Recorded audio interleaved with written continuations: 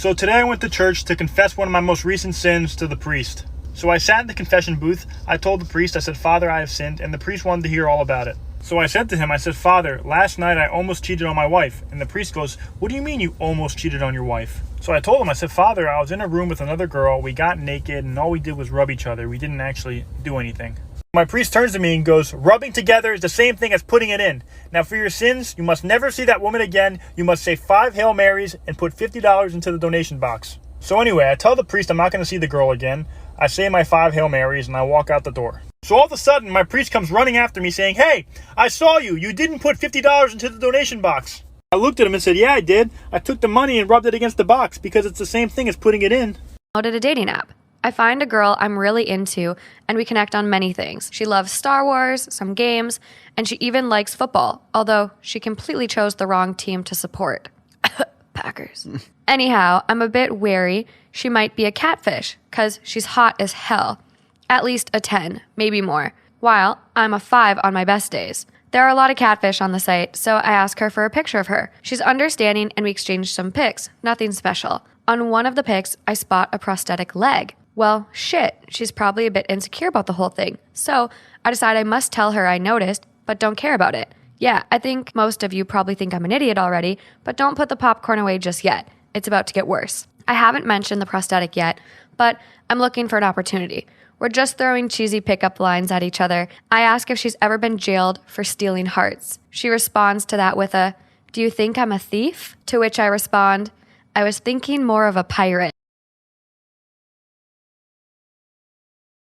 Storytime. A girl named Akira Kendrick sent me this story, and the background of it is that her dad was very abusive to her mother, and her mother got custody of Akira, and her dad was not happy about that. Anyway, so Akira was with her aunt and her cousins at her grandmother's house, all on her mother's side, and her dad stops by to say hello. And Akira's outside playing with her cousin, and her dad comes up to her and grabs her arm and says, "Do you want to go to Walmart with me?" And at the time, she's only 7, so all she hears is toy aisle, so she says, "Yes, let's go." So they get in the car, they head to Walmart, she gets some really nice pom-poms, and then he says, "Okay, let's go back to your grandmother's house." So he starts driving and he gets on the highway, and Akira knows that her grandmother's house is right around the corner from Walmart, so he does not need to get on the highway. So she says, "Dad, where are we going?" And he gets really mad and says, "Shut up, sit down, it does not matter." So Akira's in the back seat, she's really scared, and she just shuts her mouth. So after being in the car for a while, they eventually arrived at this really old, abandoned, beat up house. And when they walk in, Akira sees about 25 people and she does not know any of them. Her dad brings her to a room, puts her in a little closet, throws her some toys and her pom-poms and says, "Play." Part 2 is coming right now.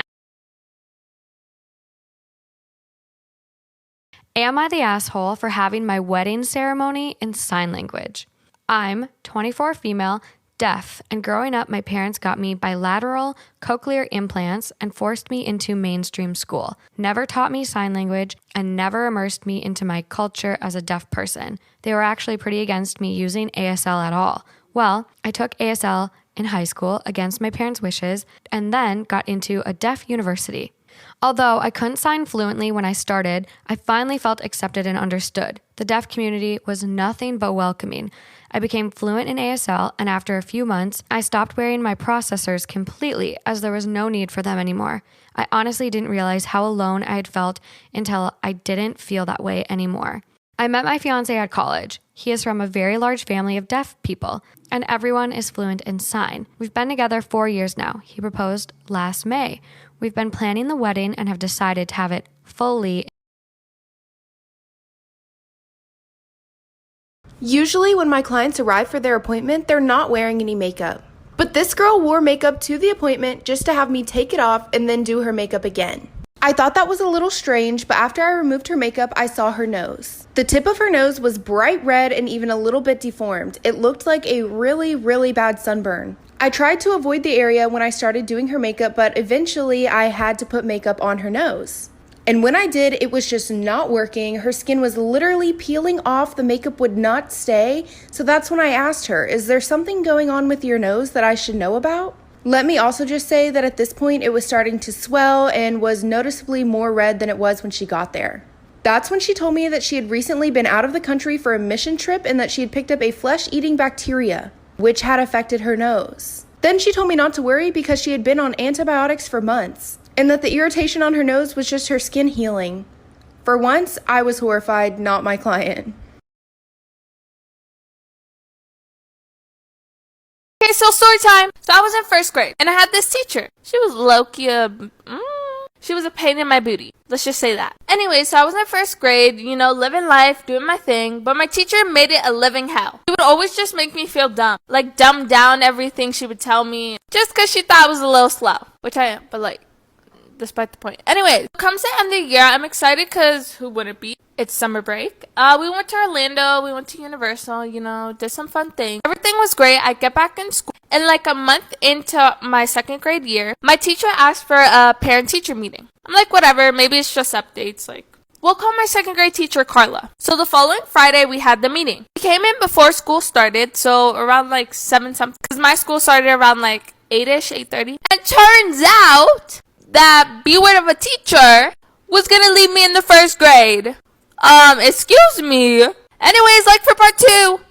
So part two. Anyways, she was going to leave me in the first grade. So Carla, being the best teacher ever, said she saw the paper of the people who got held back and told the principal and administration that I shouldn't be. And she told them to put me in her class. And thank God they did. During that meeting, she had the paper, showed it to my parents, and started ripping it up into mini pieces. She saw potential in me when no one else did. Well, when that first grade teacher didn't. Anyways, and now I'm in 9th grade. I get A's and B's. I'm in honor classes. So look at me now, bitch. Look at me now.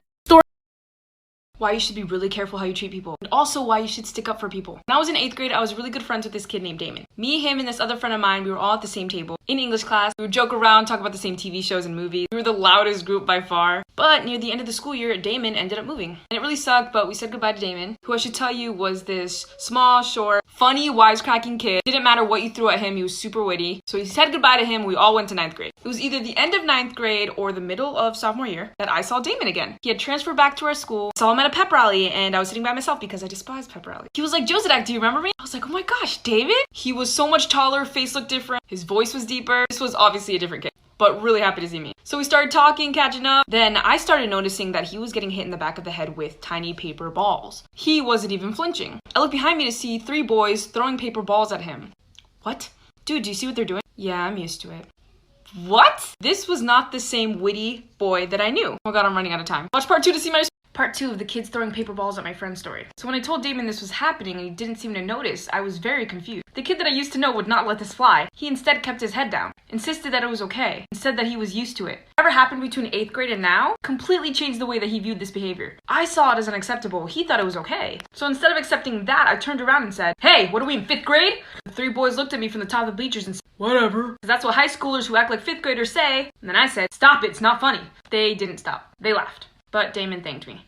I didn't know who this kid was anymore. I can only assume that this type of stuff was happening to him often. That kids at his new school were treating him poorly. And because of that, he thought he was less than. I literally never saw Damon again after that day, but I hope that he knows that he can stand up for himself and that that behavior is not okay. Be careful how you treat people, it stays with them. And it can fundamentally change them. Get them. Bye.